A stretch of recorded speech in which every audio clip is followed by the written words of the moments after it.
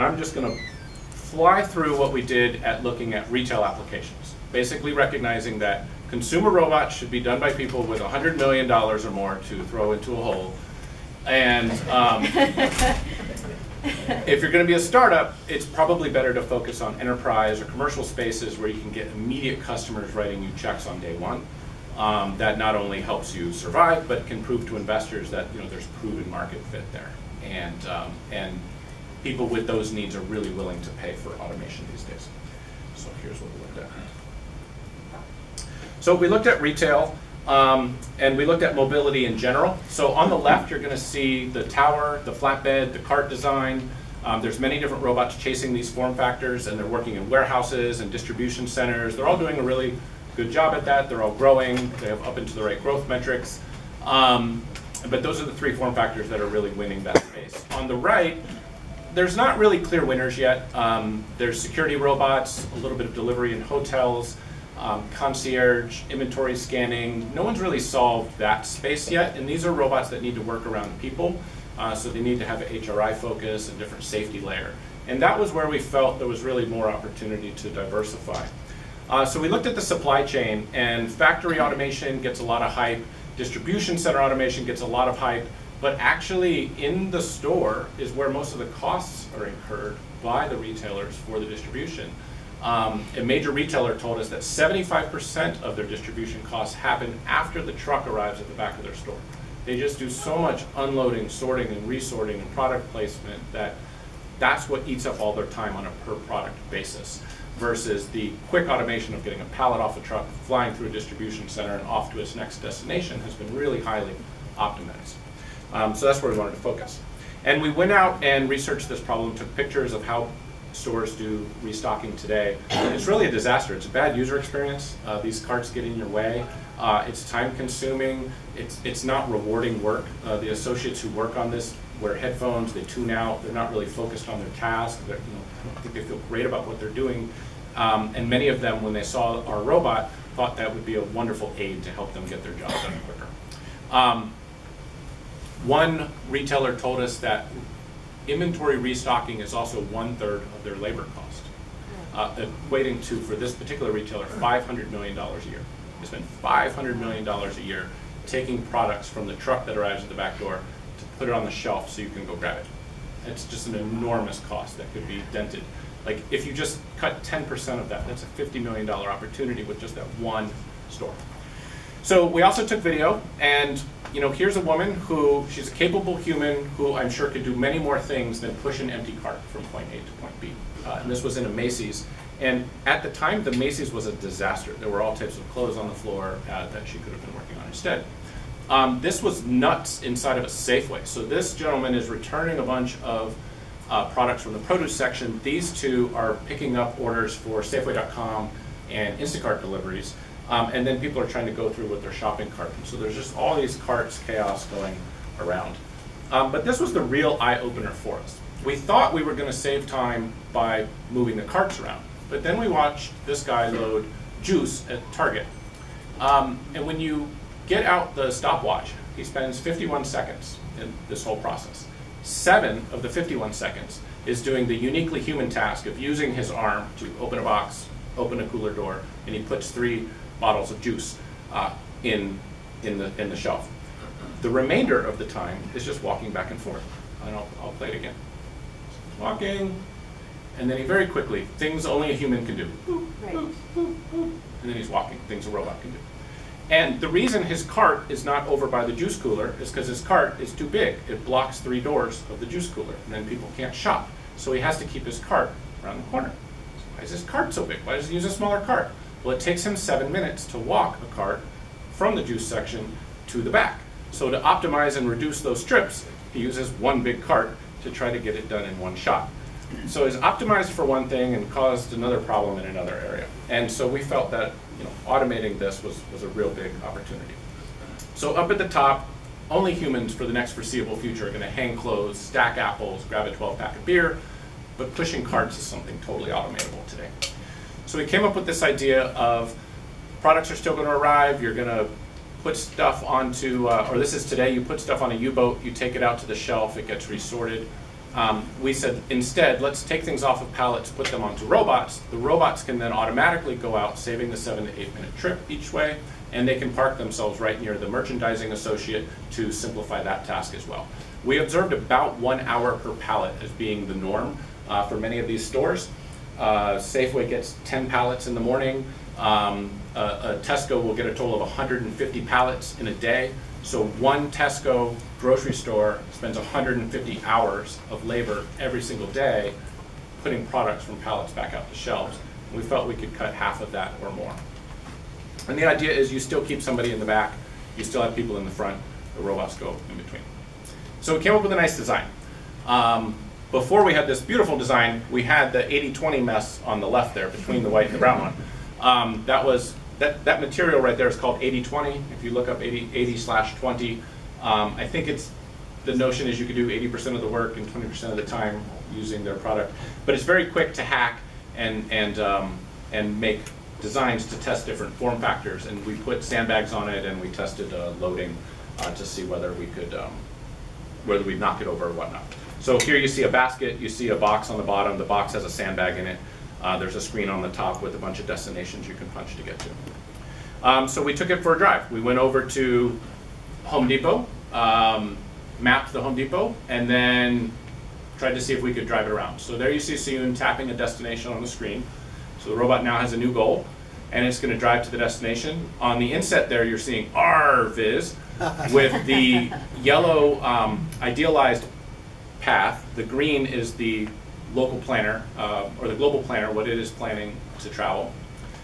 And you can see it navigating past some of the points of interest there as well. We had no problem going around making tight corners. We went to the potted plants section. There's always this big debate of LiDAR mapping versus sparse mapping or visual SLAM mapping. I'm a big fan of the visual SLAM. I think with LiDAR mapping, you're basically shape matching.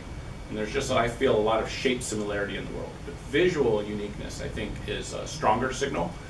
And so we were using the visual SLAM to go right through that plant section, no problem. There we go. I'm gonna move on. So we worked on the industrial design. We wanted to have something that stood out and looked different. That was a conversation starter. So we were very inspired by tall sailing ships. And in 6 weeks, we went from this concept to getting this built. It has sort of inspiration from hydrofoils that cut through the water. We were going to cut through the crowds of a retail space with a tall, slender, sleek, open-spaced design. It was certainly a conversation starter and had a lot of retailers saying, can I have it in my red? Can I have it in my blue? And of course, we're like, yes, we absolutely can do that for you. I keep thinking of Fight Club in that scene where the enterprise sales guy is like, can we have the icon in cornflower blue? Yes. And he's like rolling his eyes. Yes, you can. It also has a hanger rod. So one of the retailers we were talking with was a clothing retailer, and they do a lot of work moving clothes around, obviously, and so you would pull off the shelves and you could hang clothes. So then we wanted to take out this new design for a test run. This is the robot that you see there. And this is driving around a Safeway. So we made a map, put some products on it, and drove it around. I think we were testing whether products fit, and you can see here it's probably a little too small of a design. Ideally, it'd be a little bit bigger to make it easier to put boxes on and off. But it's navigating around just fine, and one of the things we observed is nobody cares. And I don't know if that's because it's 2018 or because this is Silicon Valley, but nobody even double looked at this thing or did a double take that there's a robot running around Safeway. You don't see people in these shots because I was trying for privacy reasons not to have bystanders in the video. But the store was full. There were a lot of people walking around, and nobody cared that there was a robot. The blue lights underneath, is that just for show? Yes. So we... Yes, sterilized. I guess to tell you just a little bit about the guts inside, because I'm not sure if I don't have that in here, actually. So a little bit about the guts inside is a kit from Parallax is on the bottom. It's called Arlo. You can get the wheel and motor kit for $500 or $600, or the total Arlo is about $1,000. And then the custom plastic was industrial designed by Brian on our team and printed in Oakland at Fathom. So it's 3D printed nylon. It was too big to fit on the printer, so it actually has a cut right here. And there's a couple of pieces. The shelves can come out. And it was basically glued together at the shop and had all the wires run, and then it was painted out in the back of Ologic. Ologic's trash bin became our paint shop. But one robot isn't enough, so we wanted to show maybe more of the full process. So here we are in the back of Target with some clothes coming out as if they were going out to the aisle. And this is where one associate really loved it. Here we had a Rubbermaid cart running the same software that we turned into a robot because we felt we needed different form factors for different use cases. And so here we see the TickTock one, the metal one, and then we'll see the Rubbermaid all in this aisle. So you imagine they're all queued up, and an associate is just going from robot to robot, taking products off the robot and putting them onto the shelves, and then tapping a button to return it back to its home base.